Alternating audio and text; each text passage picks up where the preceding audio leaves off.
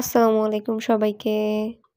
আমি জানি না কেন আমি এটা আপলোড দিচ্ছি, কিন্তু আমার মনে হয় যে এই ওয়েতে যেহেতু আমি স্ট্রেস রিলিফ করার চেষ্টা করছি, তাই এটা আপনাদের সাথে শেয়ার করা যাক।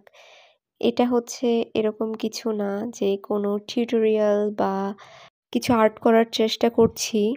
বরং এটা আসলে তখন আমি করি যখন আমি একটু এনজাইটি বা স্ট্রেসে থাকি, তখন আমি না এরকম প্যাড, একটা পেন্সিল নিয়ে বসে যাই। আর তখন আমি ইজি লাইনস বা এরকম কার্টুনিশ কিছু আঁকা ট্রাই করি। Basically I try to draw something that can make my heart smile, and believe me, this works for me every time. দেখতেই পাচ্ছেন যে আমি এখানে একটা ভাল্লুক আঁকার চেষ্টা করছি, একটা কিউট ভাল্লুক।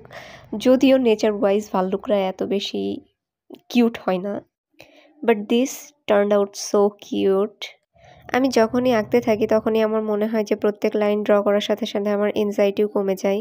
এই জন্য এই সাজেশনটা আমি সবার কাছ থেকে নেই এবং দেই যে যখনই খারাপ লাগবে তখনই তোমার যেটা সবথেকে বেশি ফেভারিট কাজ সেটা তুমি করতে বসে যাবা, নো ম্যাটার হোয়াট।